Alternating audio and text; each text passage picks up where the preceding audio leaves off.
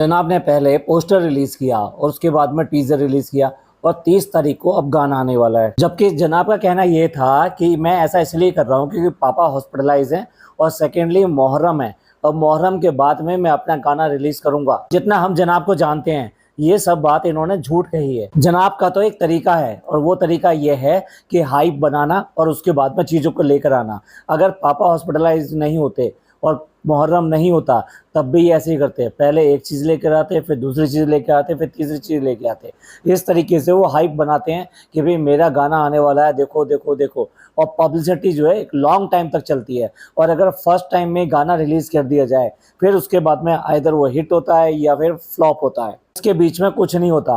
और दूसरी बात ये फर्स्ट डे फर्स्ट शो वाली बात रहती है, तो आप जितना ज़्यादा हाइप बनाओगे तो जैसे ही गाना रिलीज होगा तो उसको क्यूरियोसिटी में जितने ज़्यादा लोग देखने आएंगे उतना गाने पे ज़्यादा व्यूज़ आएंगे और दिखाई देगा कि गाना ज़्यादा हिट है। सोची समझी स्ट्रेटेजी है कि पहले ऑलरेडी मार्केट में इतने डिमांड कर दो, मतलब किसी चीज़ की अगर मान लीजिए डिमांड ज़्यादा हो जाए तो जैसे ही वो चीज़ आती है मार्केट में तो लोग उस पर टूट पड़ते हैं। कई सारी फर्म ने ये मार्केटिंग स्ट्रेटेजी आई है और बहुत ज़्यादा हिट भी रहे हैं अपनी इस स्ट्रेटेजी में। थोड़ा सा गाने की बात कर लेते हैं। वैसे भी जब ये गाना शूट हो रहा था तब का भी जनाब ने एक वीडियो बनाया था, एक व्लॉग बनाया था। वहाँ पर भी कुछ चीज़ें बाहर आई थी और पता लगा था रॉयल स्टैग की बोतल दिखाई दी थी, उसके अलावा भी कुछ और इसी तरीके की चीज़ें दिखाई दी थी और तब बात बनी थी कि जनाब ये क्या कर रहे हैं। ये तो स्टोरी और गाने की अगर डिमांड हो तो फिर अलग बात है, क्योंकि फिल्म में तो ऐसा ही होता है। तो भाई आप ये नहीं कह सकते कि अगर ऐसा दिखाया जा रहा है तो वो सच है। टोनी वॉकर और केस्टो मुखर्जी जैसे कलाकार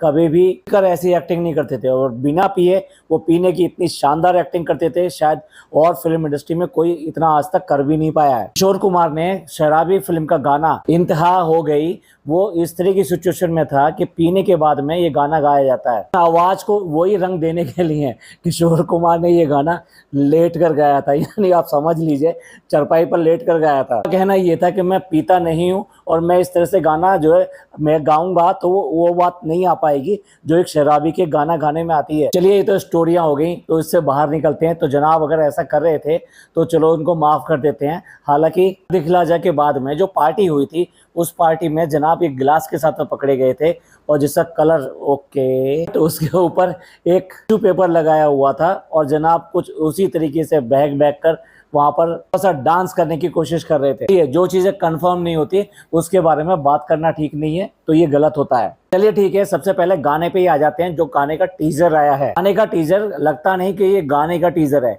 ऐसा लगता है कि प्यार में हारे हुए एक प्रेमी की कहानी है। प्रेम में इतना डूबा हुआ है कि वो दारू में भी डूब जाता है। थोड़ा मजाकी अंदाज चलेगा ना तो वो दारू में भी डूब जाता है और उसके बाद में वो सबसे लड़ने के लिए यानी उसकी यादों से लड़ने के लिए वो एक भयानक रूप ले लेता है। प्रेम में एक विद्रोही का जो रूप होता है वो दिखाया है। बट टीजर देखने से ऐसा लगता है कि ये गाने का ना हो के ये पूरी स्टोरी का है। कोई फिल्म है, कोई मूवी है या फिर आप कोई शॉर्ट फिल्म भी कह सकते हैं, क्योंकि आजकल शॉर्ट फिल्म काफी चलती हैं और ऐसी शॉर्ट फिल्म यूट्यूब पे बहुत आती हैं। उसमें कुछ फिल्में तो बहुत अच्छा संदेश लेकर आती हैं, शॉर्ट होती हैं लेकिन बहुत ही गहराई तक असर करती हैं। काफी लोग यूट्यूब पे इस तरह की लगातार मूवीज अपनी डालते रहते हैं। मूवीज 15 मिनट से लेकर 45 और 55 मिनट्स तक की होती हैं, यानी अच्छी खासी एक छोटी फिल्म आप कह सकते हैं। उसका प्लान जरूर होगा क्योंकि जनाब ढूंढ रहे थे अच्छे अच्छे राइटर्स जो सस्ते में मिल सके, ऐसा कलाकार जिसके पास ज्यादा काम ना हो और उसको पटरी बाजार के पैसे देकर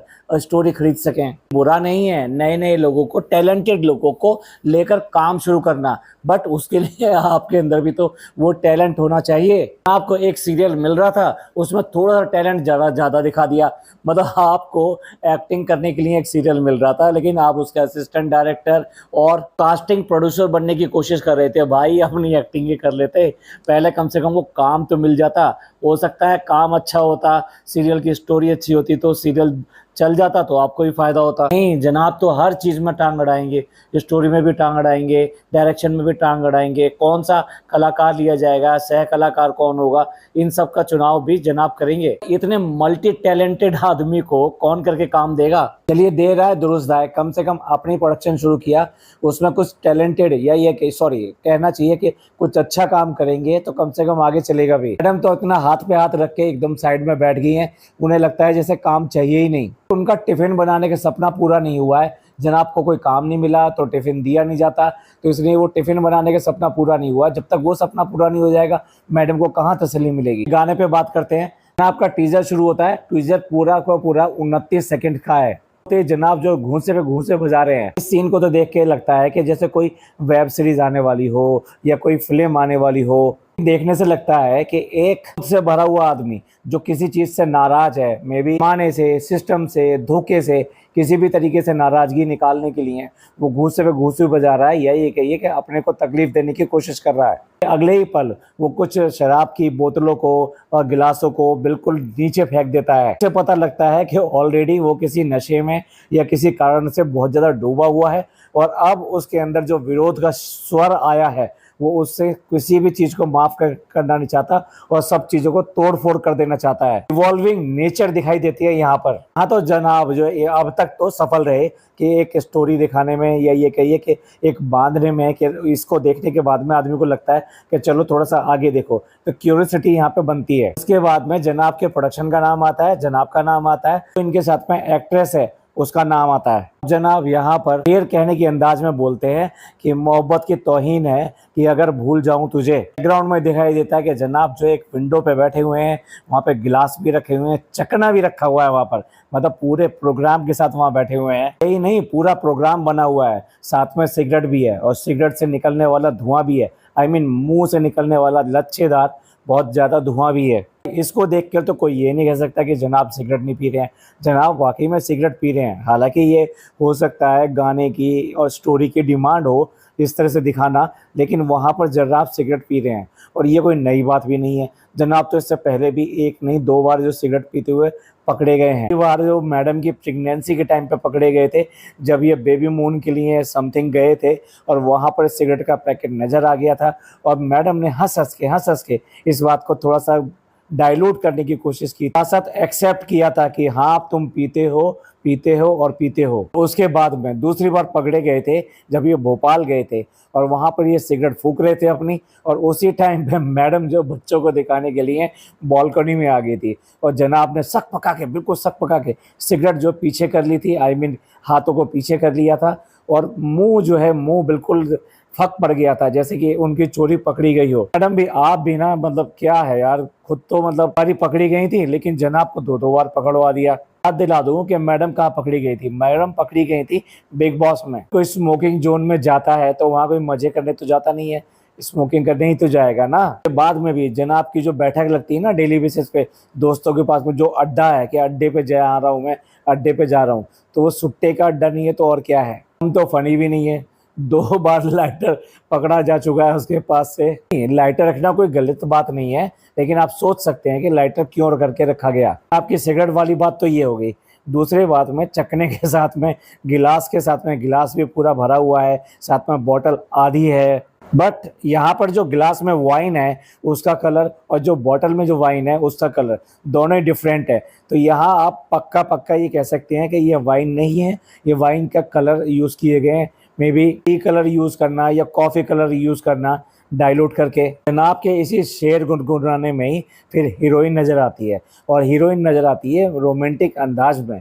वो उंगली के इशारे से बुला रही है, और किसको बुला रही है तो समझने की बात है। दूसरे पल जनाब ऐसे गिरते हैं जैसे कि धुत होकर गिर जाते हैं, यानी कि इतना ड्रंक कर लिया है कि वो नीचे जाके गिर जाते हैं। अगले ही पल फिर जनाब जो पूरे रोमांटिक अंदाज में वाइट कलर की शर्ट पहने हुए, और जो एक्ट्रेस है उसने भी वाइट कलर का पहना हुआ है, साथ में शॉर्ट पहनी हुई है जीन्स की, कंप्लीटली रोमांटिक अंदाज में वो अपनी हीरोइन के साथ में झुके हुए हैं। भाई एक मिनट यहाँ पे जरूर रुकूंगा, क्योंकि बड़ा इस्लाम करते हैं, लेकिन कहाँ ये हीरोइनों के साथ में किस किस तरीके से सीन करते हैं भाई, तब तुम्हें ये सब ध्यान में नहीं आता। उसके हिसाब से तो तुम्हें फिल्में भी नहीं करनी चाहिए। जनाब का यहाँ पे एक ही जवाब होगा जो इन्होंने पहले भी क्लब प्रोडक्शन की जब मूवी रिलीज हुई थी तब दिया था, कि पापी पेट का सवाल है। रोमांटिक सीन के बाद में फिर दोबारा जनाब दिखाई देते हैं, लेकिन इस बार जनाब पस्त हैं और पूरा का पूरा उनके चेहरे के सामने धुआं ही धुआं है, यानी वो धुआं जो कि सिगरेट के स्मोकिंग से निकला है। इतना वाइटनेस हुई कि फिर उसके बाद पूरी ही स्क्रीन ही वाइट हो जाती है। फिर एक जो है हारे हुए प्रेमी की तरह से पानी में भीगे हुए, यानी कि पूरी बारिशों में भीगे हुए जनाब दिखाई देते हैं, हाथों को ऊपर करे हुए, अपनी उंगलियों को ऊपर करे हुए। अगेन अगले शॉट में फिर वो वही दिखाई देते हैं कि जैसे पिए हुए, बहुत परेशान, बहुत दुखी। और उसके बाद में फिर एक और रोमांटिक सीन वाइट पैटर्न में, वाइट ड्रेस में, बहुत क्लोजअप और इंटीमेट सीन। इस सीन में जनाब जो है बैठे हुए, बिल्कुल पस्त से बैठे हुए, साथ में लाइटर जलाते हैं और बुझाते हैं। मतलब वो सारे सीन ये सब दिखाते हैं कि वो किसी की याद में इतने ज़्यादा पस्त हैं, इतने ज़्यादा परेशान हैं, इतने ज़्यादा दुखी हैं। टोटली एक हारे हुए प्रेमी की यहाँ तक की पूरी स्टोरी दिखाई देती है। फिर एक हीरोइन का शॉट आता है और इस बार दूसरी ड्रेस में आता है। बाद में जनाब का विरोध आता है और विरोध भी इतना कि जोर से चिल्लाते हुए पल जनाब ऐसे उठ के आते हैं पानी के अंदर से, जैसे कि कोई बहुत बुरा ख्वाब देख रहे हो और बहुत बुरी चीज़ हो। इसी रहस्यमयी तरीके से यहाँ पे इनका टीजर खत्म हो जाता है और उसके बाद में गाने का नाम आता है। उसके बाद में क्रिएटेड बाई ओके जनाब। अच्छा, ये किचन में नई रेसिपी बनाई है जनाब ने। बाद में आपको एक वायदा दिखाई देता है कि 30 जून 2026 को क्लब प्रोडक्शन पे आने वाला है ये गाना। एक रहस्यमय म्यूजिक के साथ में खत्म हो जाता है। मेरे हिसाब से अगर ये गाने की बजाय अगर किसी मूवी शॉर्ट फिल्म का टीजर होता तो बड़ा ही क्यूरियोसिटी वाला रहता है कि भाई इसमें लव भी है, रिवॉल्व भी है और बदला भी है, कुछ ऐसा दिखाई दे रहा है। गाने में एक स्टोरी होना हमेशा अच्छा होता है। जैसे कि अभी अभी संभावना का जो नया गाना आया है कंगना, उसमें स्टोरी मिसिंग है, तो इसलिए वो कुछ भी वो बनता नहीं है। और उसके अलावा भी एनीवे उसका रिव्यू नहीं करेंगे, उसमें बहुत सारी खराबियां हैं जिसकी वजह से वो गाना बिल्कुल चला नहीं और फ्लॉप गाना है। आपका अगर रिव्यू करें तो टीजर तो मेरे हिसाब से सफल है। टीजर अच्छा लगा। टीजर में कुछ क्यूरियोसिटी दिखाई देती है, कुछ अच्छे सीन दिखाई देते हैं। इसके साथ साथ ये जो बात आ रही थी कि जेनजी वाला लुक, मैडम ने तो बहुत बहुत बहुत तारीफ करी थी, तो जेनजी वाला लुक तो कहीं दिखाई नहीं दिया। आप जो है उस एज फैक्टर को कहीं से भी मैच करते हुए दिखाई नहीं दिए। अभी तक के जो प्रेजेंटेशन दिया उस प्रेजेंटेशन में तो अच्छा लगा। देखने वाली बात है कि जब गाना रिलीज होगा, पूरा पूरा गाना रिलीज होगा तो पता चलेगा, क्योंकि कई बार तो मूवी वगैरह के जो ट्रेलर होते हैं ना वो भी बहुत ही अच्छे लगते हैं और उसके बाद में जब मूवी देखने जाते हैं तो पता लगता है भैया उन 4 सीनों के अलावा कुछ अच्छे सीन थे ही नहीं। कंप्लीट जो मूवी थी विदाउट स्टोरी या कमजोर स्टोरी की वजह से बिल्कुल लड़खड़ा के गिर गई। इस ट्रेलर पे अभी ज़्यादा मतलब जो टीजर आया है उस पर बहुत ज़्यादा व्यूज़ नहीं आए हैं। कमेंट्स आने शुरू हो गए हैं। गाना जनाब के अपने क्लब प्रोडक्शन पे ही रिलीज होगा। यूट्यूब पे भी अलग अलग नाम से मुझे दिखाई दिया, पता नहीं किस तरह से अपलोड हुआ, लेकिन उस पर कोई व्यूज ज्यादा नहीं है। मैंने देखा जो कि ऐसे किसी चैनल ने डाल दिया है और प्रॉपर चैनल भी नहीं है, उस पर मुश्किल से 4 वीडियो पड़ी हुई है, लेकिन किसी ने व्यूज के लिए डाल दिया है। लेकिन भैया व्यूज भी कुछ नहीं आए, कुछ 70 व्यू दिखाई दे रहे हैं उसके ऊपर। मतलब कि टीजर की भी चोरी। देखने वाली बात यह है कि 30 तक भी इनके फादर आते हैं नहीं आते, क्योंकि 30 तो अभी 2 दिन बाद भी आ जाएगी। लास्ट अपडेट दी थी जनाब ने या चालू ने दिखाया था, उसके अकॉर्डिंग कम से कम 1 हफ्ता और लगने वाला था। तो लगता नहीं कि 30 तक जो है जनाब के पापा बाहर आ जाएंगे, लेकिन जनाब को पापा के बाहर आने न आने से कोई बात नहीं थी। जनाब ने तो गाना रोक रखा था, किसकी वजह से? मुहर्रम की वजह से। मुहर्रम जो गमी का महीना होता है, 10 तारीख को मुहर्रम मनाया जाता है, उसके बाद में ऐसा तो है नहीं कि वो महीना बदल जाता है, लेकिन एनीवे जनाब का डिसीजन था कि ऐसा नहीं करेंगे। भैया बहुत ज़्यादा जनाब को अपने ही लोगों से सुनने को मिलता, इसलिए जनाब ने ये वाला रास्ता अख्तियार किया।